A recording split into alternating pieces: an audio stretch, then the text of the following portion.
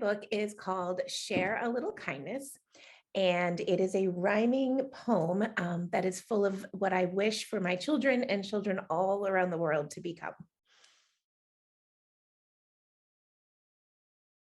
For my book came from sitting on the couch at Thanksgiving a couple of years ago and just watching my kids play. And for some reason, I started thinking about who I wanted them to be in this world. And when we think about raising strong, resilient kids, it's not just about being kind, being generous, even though those things are incredibly important. It's also about speaking your truth and standing up for yourself and spending time in nature and doing all of those things that keep us healthy, mind, body, and soul. And so I wanted to kind of work that into a poem for them. And so I took out my cell phone and wrote the first draft right there. So Share a Little Kindness is the first book that I have illustrated, and I had never illustrated anything before. I had been an art major for one whole semester in college. I was artsy, but definitely didn't have the skill set yet to do a full book illustration, but it's something I've always wanted to try. And I also kind of try to lead by example with my kids, right? Like if you want to learn how to do something, you put in the work and do it. So I started watching YouTube videos and tutorials and studying what makes great illustrations in books that I admire. Got myself a digital device to work on it, and just through a tremendous amount of trial and error, began to put together the first illustrations for this book. My writing process for this book was fairly straightforward. I had the original draft on my cell phone from that Thanksgiving day, and then I did a couple of self edits. The place where the work really comes in is with the rhyme. So rhyming, cat, bat, tree, bee, that's pretty easy. But getting the meter right, that stressed and unstressed syllables, that da da da da da da da, when you read a good poem that has a particular rhythm, that's where I rely very heavily on my editors to help keep me on track and make sure that it sounds just right when it's read out loud.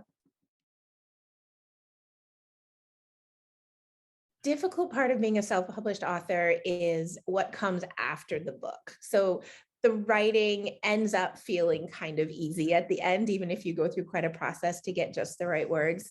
But getting the book out there in the midst of millions and millions of books that are out there as well, and really kind of sharing your book baby, your little project with the world, takes a whole different skill set than the creative process. And that's always a big learning curve for people, myself included. When readers settle in and try to enjoy this story together, that they get a sense of peace and a sense of wellness and a sense of hope for the future. I think that the kids are going to save us. I think that the upcoming generations are remarkable human beings, the way I watch my children stand up for themselves and stand up for other people. And I hope this book kind of lights the way a little bit for them. Best part of being an author is getting to read to the kids. Um, you do so much hard work behind the scenes and all the big adult thinking stuff and doing stuff. And then at the end, you have this book that you get to bring in front of kids and kind of bring them along on the journey. And it's really gratifying to see kids react to what you've created and to gain something from it and want to hear the story, hopefully over and over. Children's books, I don't think should ever stop with kids, right? I think adults should be reading them, teenagers should be reading them. There's all these little nuggets of wisdom and opportunities for creativity that you can always get from kids' books. And with a book like Share a Little Kindness, it really is life lessons, right? So it's something that you can always return to. Sometimes you have to reset. There's a page about spending time in nature, and sometimes we get too busy to do that. There's a page about getting lost in a book, and that is so good for us. There's a page about forgiveness, and sometimes that's really hard to do. And so I hope that while kids are getting those basic life lessons, maybe adults are kind of getting a chance to turn inward and return to baseline and maybe reset as they need to with some of the ideas that are in the book. my favorite series as a slightly older child was the Wrinkle in Time series by Madeleine L'Engle. I definitely read through every Nancy Drew book on the shelves, and everything by Roald Dahl as well. The books that I enjoy reading now are mostly ones with excellent storytelling. I'm not a real big fan of suspense or anything too gory or scary. I kind of feel like the world can be challenging enough in real life. And so if I'm going to settle in with a book, I want something light and interesting where I can kind of fall in love with the characters and be rooting for them. And something that kind of takes me into another world away from my crazy one and just sort of enjoy the ride for a while.